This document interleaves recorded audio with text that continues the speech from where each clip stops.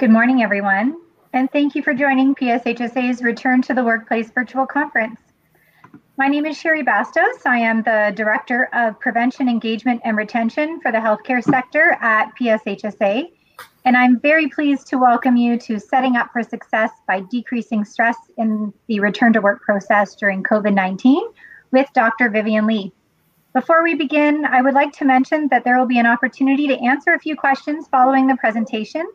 Please feel free to enter your questions in the chat bar and we will select a few to answer in the end. I would like to begin by introducing our featured speaker. Dr. Vivian Lee is a psychologist who specializes in trauma, anxiety, depression, and workplace mental health. She is a strong proponent of optimizing mental health and wellness, particularly in the workplace, and decreasing the likelihood of later developing serious mental illness. Dr. Lee is the founder of the Center for Trauma and Recovery Growth in Toronto, Ontario. She previously worked as a staff psychologist in the trauma program at the Center for Addictions and Mental Health. She has extensive experience working with and training first aid responders like police officers, paramedics, firefighters, corrections, and dispatchers, as well as the military. Dr. Lee also serves as an ex officio board member with the Traumatic Stress section of the Canadian Psychological Association.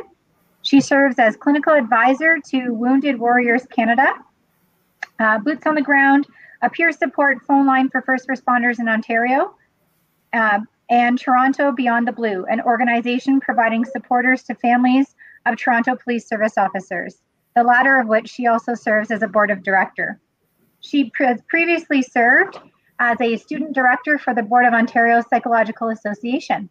Dr. Lee obtained her PhD and master's degree from the University of Western Ontario and her honors BSc from the University of Toronto. Welcome, Dr. Lee. I will be stopping to sharing my screen and there will be a slight delay while Dr. Lee uploads her presentation. Thanks, Sherry.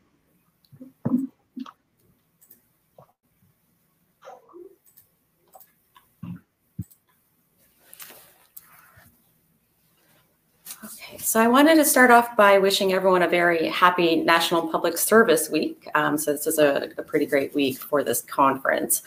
So as Sherry was saying, I am a psychologist. So for the past 10 years, I've worked a lot with helping individuals return to the workplace after a leave for various reasons. Most typically, it's because some trauma or some injury that happened in the workplace. So these are, quite different situations. But one thing that is common with the current situation, and that is that individuals now have a changed relationship with their workplace. They're going back to a place where they may have worked for months, years, sometimes decades. But now the workplace is a little bit different. It's basically going back to a different workplace. It's familiar, but not, because there are many more risks involved health-wise and a lot of uncertainty. And, obviously, most of us have never gone through something like this before. So it is a continuous learning curve. So there's no playbook, obviously, for how to go about helping employees return to the workplace itself, the physical workplace.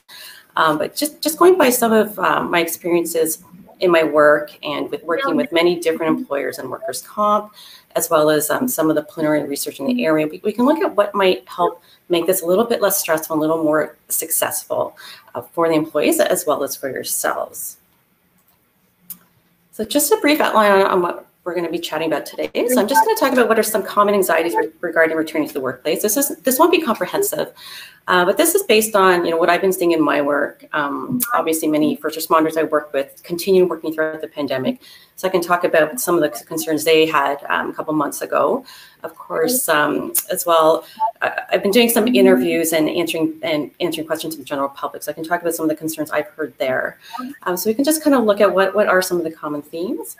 Again, some preliminary research on what employees need, what they find to be helpful. And I wanted to focus on 5 specific strategies that employers can use in terms of helping the employees transition back. And that's clear communication, realistic expectations, having a healthy workplace design, being open to feedback. And again, this is going to continue to evolve, so the feedback is a continuous process, as well as facilitating access to resources if employees need them.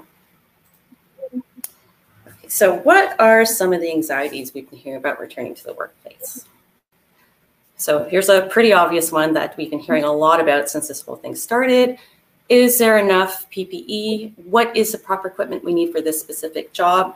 Obviously, different workplaces will have different requirements and people working different roles. If they're working with the general public, for example, or working with people who may be ill, they might need more specialized PPE than other individuals. Will there be enough? What happens if we run out? Will we be forced to reuse PPE? I think that may have been more of a concern, a couple months ago, especially for people in the front line. But people have been talking about expecting a second wave later in the year. Will we have enough? So you're thinking about what's going to happen down the road.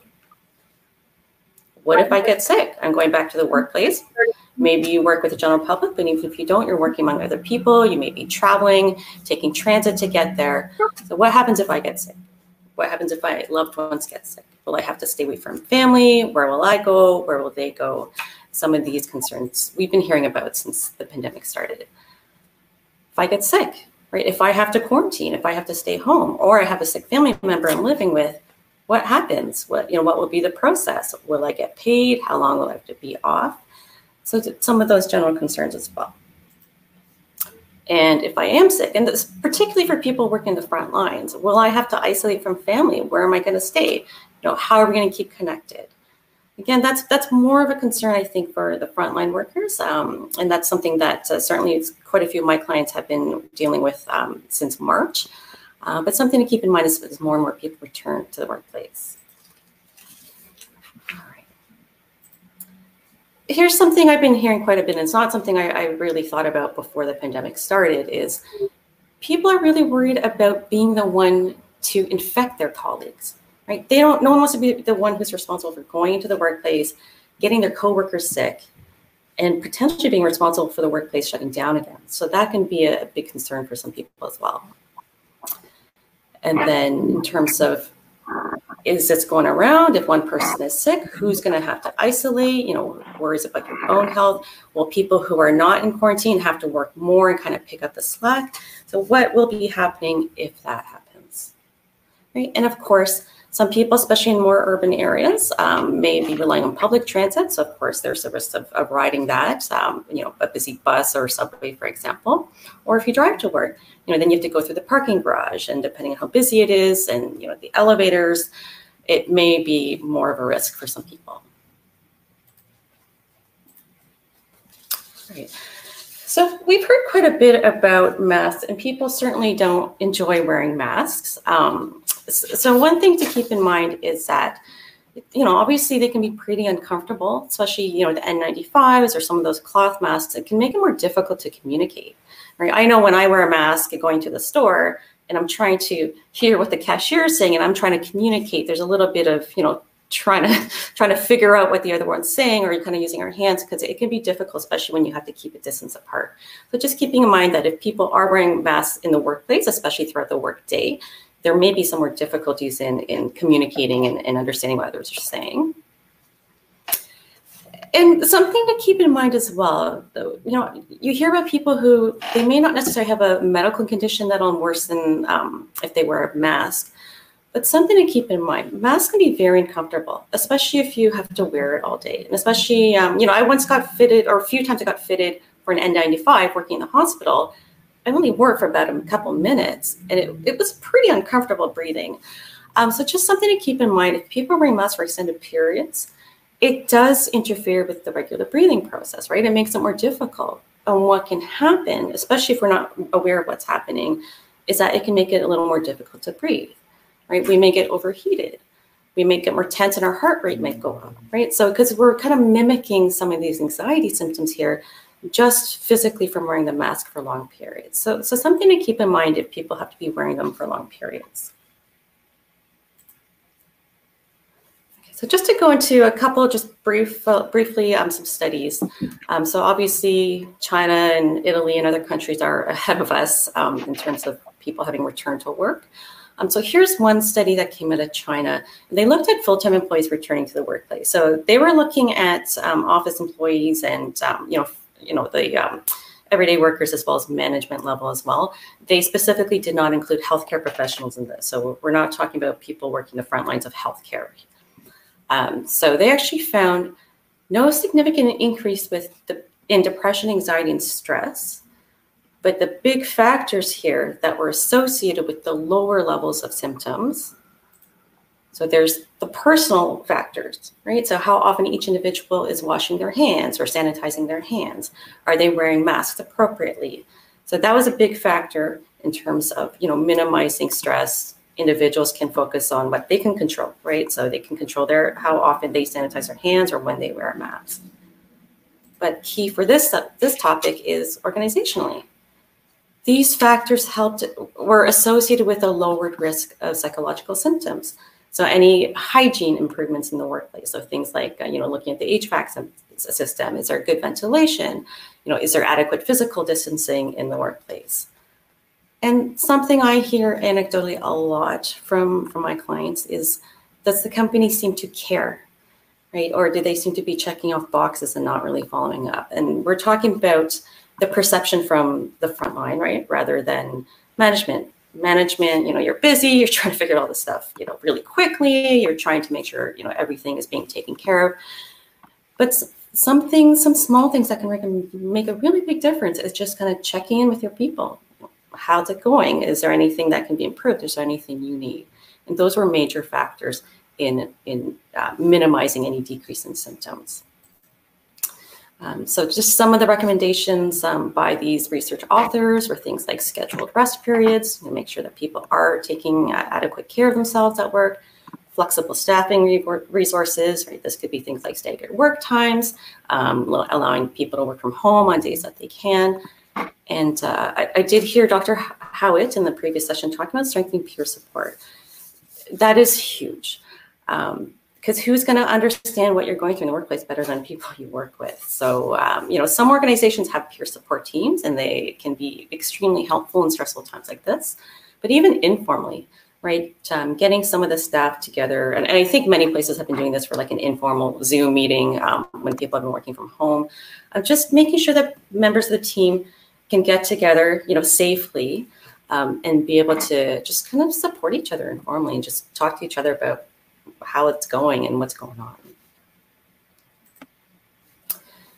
So here's a slightly different focus. This was a group of researchers in the US. So this was the beginning of wave 1 in the US. So I think this is around the beginning of March. And these researchers sat down with doctors and nurses working the front lines in hospitals. So, this was obviously a different time. Everyone was terrified of where this was going to go. And we didn't know what was going to happen yet. But just some things I think that are nice takeaways from this. So in all their interviews with their doctors and nurses, they found 5 themes that really streamlined most of what the staff were expressing. First is hear me. Right? So this is from people working the front lines to the people making the decisions, right? The administrators and managers, supervisors. Hear me. And this sounds pretty obvious, but can be very easy to forget. Let's say you as a manager used to work the front line, but it may have been a number of years since you did so. So you may not be quite in tune with how it is now. Or if you're in HR or Org Health and you're making these decisions, great. And you have a lot of specialized knowledge that people in the front line will not have, but you don't know necessarily what it's like on the front line. So making sure that people, that staff are feeling that their concerns are being heard. And if they have any suggestions or their own expertise, hearing that as well. Protect me. Of course, everyone's been talking about PPE, so we don't really need to go into that. But, protecting me, will there be, will people be checking in? Will there be trainings if, there's certain things that we have to do differently? Or if I have to suddenly help out in another area, what can I do for that? And that also leads into prepare me. So we know it's going to be stressful. We don't quite know what it's going to be like, and we will have to readjust. But prepare me as much as you can. Look out for me. Support me. Acknowledging this is a time of uncertainty, and even if everything goes, swimmingly well in the return to work, and people are adjusting, it is still a big change, and of course, not just in the workplace, but at home too. So recognizing that humans, we don't do very well with uncertainty, especially when we don't know when it's going to end. So just keeping in mind that some of the limitations that people will have with increased expectations, with increased stress, uncertainty, and for people working with the general public or people working the front lines, the risk of exposure that is increased for them. And care for me. This is, of course, highly prevalent for frontline workers. And when I say families, I don't mean caring for the families, but it really makes a difference if the frontline feels that you care, right? So care for me. What if I do get sick as a result of the job? What's going to be in place for me and my family, right? Well, will it be paid sick leave? How will I be cared for? And even just having supervisors just do an informal check-in every once in a while can make a very big difference. So these were themes that came up that really helped the frontline feel a little less stressed and a little more comfortable with working in the workplace during COVID, right? Hear me, protect me, prepare me, support me, and care for me. Okay, so I wanted to go into these 5 specific areas. So of course, these will kind of differ depending on the nature of your workplace and the role of the employee, but just kind of generally overall, some things to keep in mind. Clear communication. So you may feel that you're doing that, right? Because, you're getting signs printed up and you sent out, 1 or maybe 100 emails to employees in terms of what's going to happen. But keeping in mind that we want to try to communicate what we know and try to be concise in doing it. What will be the health and safety protocols when you're returning to the workplace? And knowing this ahead of time can be really helpful. The building where my office is in it's a very busy high-rise building, and the building management actually sent out quite lengthy with pictures of all the different procedures, what it would look like, all the steps involved. And it was really helpful to see that clearly illustrated. So what will be the protocols for physical distancing in our workplace? Because it might look very different from how it was before. What will be the specific hygiene protocols? What will be the supplies provided? PPE. Where am I supposed to use this? Do I have to use this on public transit on the way to work? Do I have to use this in common areas, in the elevators? When I'm walking to the bathroom, what will be expected? What will be the procedures for entry and exit access points, right? So if there's multiple entrances into the building or into the office, are they all going to be closed except for one? Will I have to stop for screening, perhaps a temperature check? But just letting people know what will be expected. Because some of these might take quite a bit of extra time. So employees can plan ahead in terms of, leaving a bit earlier, to be able to accommodate these extra time constraints. Who is responsible for overseeing each area? There's some big organizations, they have great protocols and they let everyone know about it. But then the organization is so big, and each individual unit, who's responsible for making sure things are getting done and overseen. So being clear on who's responsible for what, or even in just like an open space work office, a certain area of the office, who is actually going to be the one who's keeping track of, do we have enough hand sanitizer, or are people staying distant from each other? What will happen if an employee tests positive, right? Will there be paid sick leave? Will it be unpaid? Will I require a doctor's note? Will I require COVID testing? What will happen if an employee tests positive? What's going to happen to the colleagues, especially the colleagues who are in close proximity to that staff member? Will coworkers need to self-isolate or quarantine, right? And, how many? Will it be the whole workplace? Will it be certain people who came into any contact with that employee? What will be the requirement to return to work, right? So does the employer need a negative COVID test? Does it have to be a medical clearance by a doctor? So just things so that the employees know what will be expected, and they know that the employer has thought of these things and planned ahead. Who will be the point people in the organization for different information, right? So I'm working the front line. If I have concerns with PPE, who am I supposed to talk to about that? If I'm, worried about getting sick and I want to ask about sick leave, who am I supposed to ask about that? So just making clear who are the point people for the different types of information. So providing regular and timely updates. This is obviously very important with an evolving pandemic. But making sure that when you have new information, the staff have that new information as soon as possible. What is the rationale for the changes, right? And so many times I hear, individuals in my office, and they say, they want us to make all these changes and I don't understand why, and it's stupid, because they don't know the rationale. And they think it's just some other hoop they're forced to be jumped through. So in terms of the changes that have to be made, it can be as simple as saying like the Chief Medical Officer of Ontario said blah, blah, blah, but just understanding why these changes are happening. And who is this information based on? Right, so there is a lot of conflicting information online, and different people in different places are doing different things. So whose advice are you following? Is it PSHSA? Is it the ministry? Where are you getting this information from? And what will be the consequences if employees say, no, I'm not wearing a mask in the workplace. You can't make me do that. Or, I'm not going to come in at a staggered work hour. What will be the potential consequences for that employee? So of course, these are all just examples. That doesn't mean you have to have something prepared for every single one. Again, it depends on the nature of your workplace. So that's clear communication. So let's think about realistic expectations. Several months ago, most of us never imagined that most of the world would shut down for a pandemic. And there's been a lot of stress and uncertainty. And that really has an impact on people, just in terms of what's going to happen. What are all these new responsibilities I have? So recognizing employees may not be as productive as they normally are. And you may or may not have seen that with people working from home. It's something especially to keep in mind as they're coming back to the workplace, because again, it is essentially them coming back to a different workplace. So it's in essence an unknown different workplace with more potential risk. So thinking about even just the day-to-day, right? So if I touch something, then I might want to sanitize my hands. Or when I go to the washroom, I have to follow these arrows going there, and then I have to wash my hands and sanitize. Every time there's something new you have to do, it's a break in your concentration, right? Oh, Sally came by and chatted, but she was a little close, so now I'm going to use sanitizer and wipe down my desk.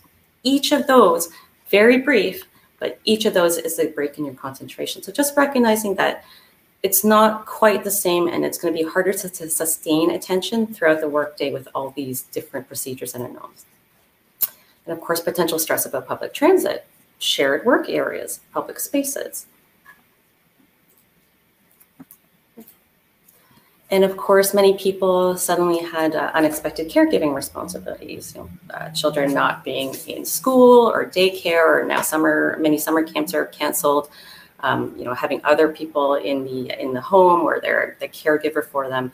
So recognizing that, your employees may be under more stress than usual, and try and accommodate if you can, right? Of course, people need to, be able to work and, do what they can, but recognizing this is a very different time for almost all of us. And many people have very limited access to what are their normal healthy coping strategies. Many people, they deal with stress by going to the gym. Obviously, they haven't been able to do that, or they get together with friends, or maybe some of your staff like to, go to the pub on Friday, after work. And these normal coping strategies have not been available to most people. So just keeping in mind, there's been more stress, more uncertainty, and less ability to engage in regular coping. So I just wanted to really touch on the biology of this, because it really helps to understand why it's harder to concentrate, why people are not maybe dealing with as well stress as they normally would. Right? But just very briefly, I'm not going to make this an anatomy lesson, but thinking about the fight, flight, freeze response, right? And most of us have heard about that. If there's a threat, our bodies get ready for action, to fight or to run away, flee, flight, or freeze. This is a very prehistoric instant automatic response that we all have in response to the threat, which is wonderful, right? Because if there's a car coming at me, I want to be able to jump out of the way very quickly. So very adaptive. But also recognizing that our world has changed very rapidly, in evolutionary terms. And this is actually also our brain and body's default response to stress in general, right? Even just something you're thinking about that's a concern, that stress, it can activate this response. So I don't know if you can see the little red dot here. So this is the amygdala in our brain. So when there's some kind of stress or threat detected, this instantly sets off a cascade of effects. So physiologically, I think most of us are familiar with the increased heart rate, maybe shortness of breath, muscle tension, maybe sweating or getting hot. Right? Emotionally, there's some kind of threat. We may feel anxious or nervous or fearful or panicked. Cognitively, And I think this is where, many people don't recognize the cognitive effects, what happens about our thinking process, right? When there's a stress or a threat and our fight or flight response has been activated, we're really focused on what is the threat, what we see as the threat or stress in that moment. And it can be very difficult to focus on other things going on, right? Because what's important in that moment is that threat. So keeping in mind the fight, flight, freeze response has a physical, emotional, and cognitive impacts. So when there's a lot of stress or when there's chronic stress, okay, and we're kind of chronically activating this response, it can be very difficult to focus, right? Or to just regulate as we normally would, or even just physically. And then we add a mask on top of that, it can just really kind of exacerbate that response. Very manageable if we know what's going on. A lot of people aren't, in tune with that because we're just, grew up that way. So just keeping in mind the physical as well as the, focus-wise and concentration-wise, what can happen when we are feeling a lot of stress. So keeping in mind that we will continue to evolve, things will continue to change, and being flexible as we go along. You may put in some wonderful protocols and procedures next week, and they may kind of fly out the window in a few months, depending on what happens. So just keeping in mind that things will necessarily change, and with change can come some increased stress and uncertainty for your staff and yourself. And so just keeping in mind, is everyone going to be operating 100%? Not necessarily. Some people will be thrilled to get back to the workplace and get a break from home and get a break from their kids, right? And so they may excel. But, a lot of people, it would be normal to expect some level of anxiety and stress going back to the workplace, and that can be expected. Okay, so I've talked about clear communication, realistic expectations, and healthy workplace design. So I'm not an ergonomist, I'm not, so I can't really speak to that aspect, just in terms of psychologically and reducing stress with staff. What might be some things that are helpful, because we want to minimize as much uncertainty in the workplace as we can. So having clear signs for different safety or hygiene protocols, clear markers for physical distancing. So like having those lines or arrows taped on the floor can be really helpful just so people remember, what am I supposed to do here? Having hygiene tools, sanitizer, disinfectant wipes or spray, having them readily available and nearby. So if someone has to frequently wipe down their work desk, you don't want to have to, go hunting in the closet somewhere on where to find it. So again, coming back to masks, it can make communication more difficult. So depending on the nature of the workplace, can employees take off their masks in their workspace, or do they need to keep it on depending on what the work is?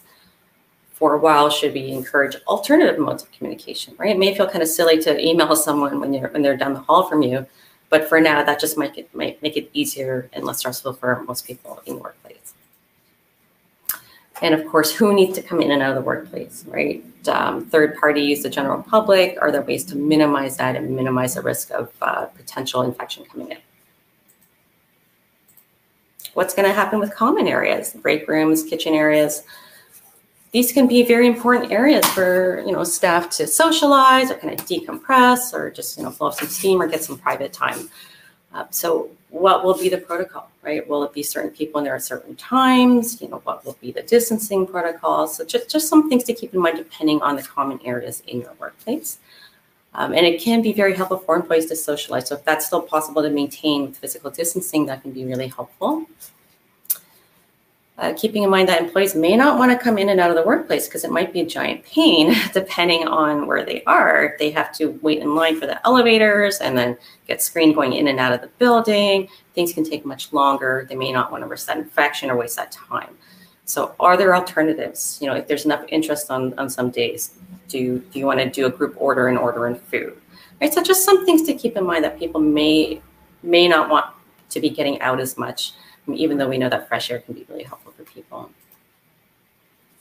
And so this might be kind of conversely to what I've been talking about, but areas for quiet space, especially if you have more of an open workspace. And this is helpful in general, not just in COVID times, is that if people can't have a lot of privacy, now they don't want to really leave the workplace because of the hassle coming back in. Is there somewhere where if they want to have a private phone conversation, maybe they're worried about caregiving at home, is there a place for them to do that? Is there even a quiet place for people to decompress? Because that fight or flight response, physiologically, you're very tense, right? So if you can just kind of go somewhere where you can just kind of decompress a bit, relax the mind and body, relax that stress response, that can be really helpful for people to regroup. Right, so that was healthy workplace design. Access to resources. Oops. So if there's new health and safety procedures or staff have to be taking on new roles and responsibilities, then what are the trainings, and having timely access to those trainings so they know what to do. Specialized PPE, again, depending on the nature of each individual's role. If they need specialized PPE, where is it? How can they get it? And will it be readily available? Reminding staff of any health and wellness benefits that the organization has, right? So any employee and family assistance program, if there's benefits for psychological or social work therapy, perhaps maybe a registered dietitian or a naturopath. So some things that can help the employee focus a bit more on their health and wellness during this time. Any discounts that may be available that the organization already has with other places, like fitness centers, for when they open up again, or personal training discounts, anything that can help with the employee's health and wellness, even just reminders of things already in place, because people can easily forget, they might not have ever known. So just letting them know, this is what we have, so just remember that, and this is how to access it, or here's how to get reimbursed. And then finally, being open to feedback. So what are the different modes of communication for employees to provide feedback? And again, I know I keep saying this, but this is going to be an ongoing process because things will change and we're all learning at the same time. You may do everything you can, to have it optimal when employees return to work, but there might be one thing that, that might have been a good idea to do that. And so letting employees be able to provide that kind of feedback. And receiving timely responses as problems arise. If an employee reaches out and says, I have concerns about this thing, you may have to spend some time looking at the answer or planning for how to address that, but letting them know, okay, I got it, got your concern, thanks for sharing. I'm going to, talk to so-and-so or look into that for you, right? So as long as they know that they're being heard, right? Because remember, hear me is very important to staff. Regular check-ins with employees, right? How are they doing? What's working or not working? What might be helpful? And I know a lot of supervisors, can be hesitant about asking how an employee is doing, or if there's any concerns even going on at home, because they feel like it's none of my business. I don't want to open that door. But it's recognizing the human, right? You don't have to fix all their problems, right then and there. Just, asking, how's it going? Is there anything that's not working for you? Is there anything else that you think that we should try? You may not be able to provide it, but just checking in and seeing how they're doing and seeing what they have to say.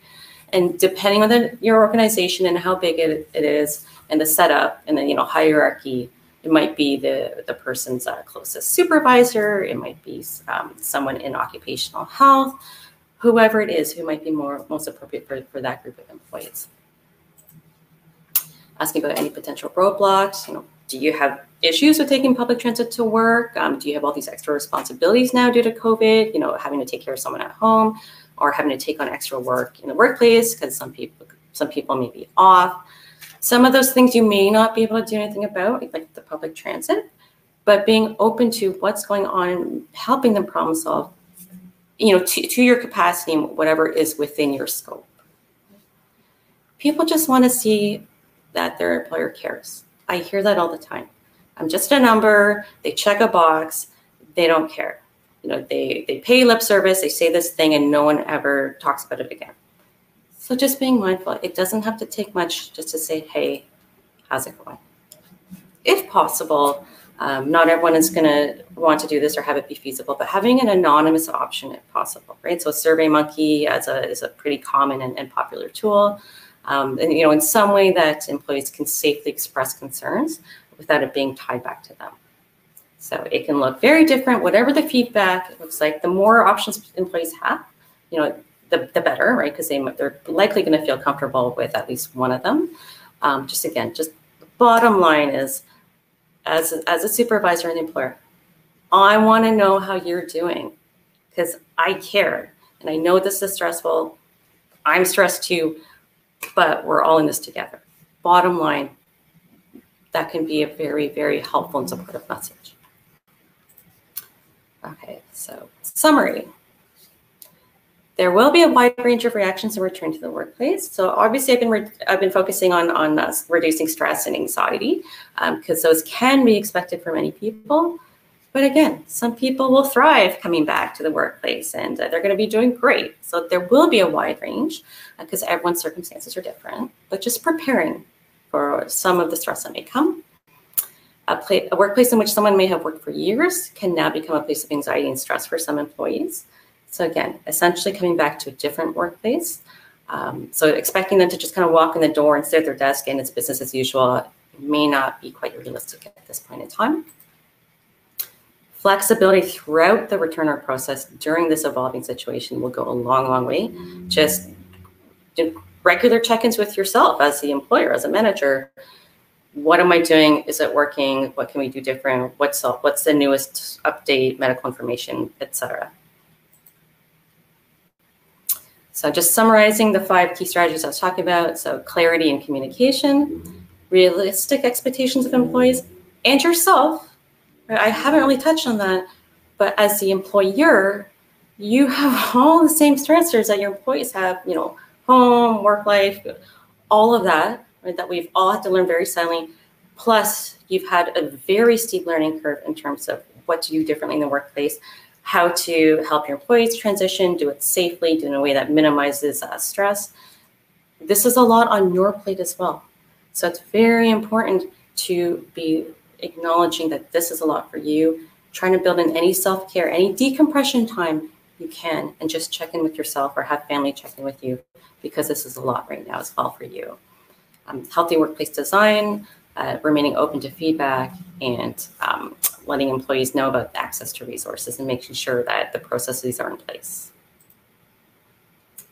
All of these can help optimize the likelihood that the return to work will be less stressful and long-term more successful for everyone, managers and employees together, right? And that's I think Dr. Howard again said this morning, eye on the prize. There may be some short-term pain and burden and a lot of stress, but this is to optimize everyone being more successful in the long term. So we have just a few minutes left. So I wanted to give a chance for any questions. Thank you, Dr. Lee. It's Sherry Bastos. Your insights on how employers can help decrease anxiety and optimize a successful return to work for all employees was very appreciated. We had a number of comments in the chat that you were very clear and helpful, great presentation with extremely useful tips. So thank you very much. If I can ask you to stop sharing your screen and I will try and share our Q&A. We did not get quite a bit of Q&A on your session because I think it was very clear. The only question that was asked was around accommodation considerations related to PPE. So if PPEs are triggered, but it's against the policy, when we're talking about mental health, are there some accommodation considerations that we should think about? So I can't speak to the specifics of PPE itself because that's certainly outside my scope. But this can be very difficult for people, especially if they have pre-existing anxiety, for example, or just wearing the mask can be stressful on its own.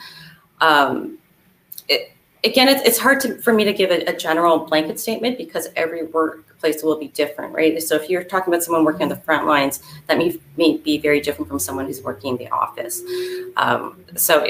It's having an eye on the individual circumstance. If the employee is seeing a clinician or a doctor, if they can provide some recommendations, that'll make it much easier for everyone involved.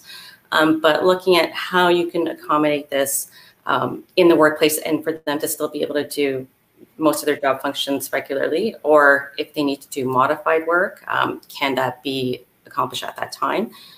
Just thinking, where are the needs to wear a mask? Well, you definitely need employees to wear a mask in the elevators to and from the office, but maybe, there can be accommodations for once you get into the office, perhaps, right? Maybe they come in at a different time and leave at a different time. It's really looking at your workplace. Who are they working with? How closely? And what can be accommodated? So I'm sorry I don't have a general answer, but if they do have a doctor's note with some kind of recommendations, that can go a long way as well. Fantastic. Thank you very much. Once again, thanks to Dr. Lee for sharing this important information with us today, and thank you all for attending the session.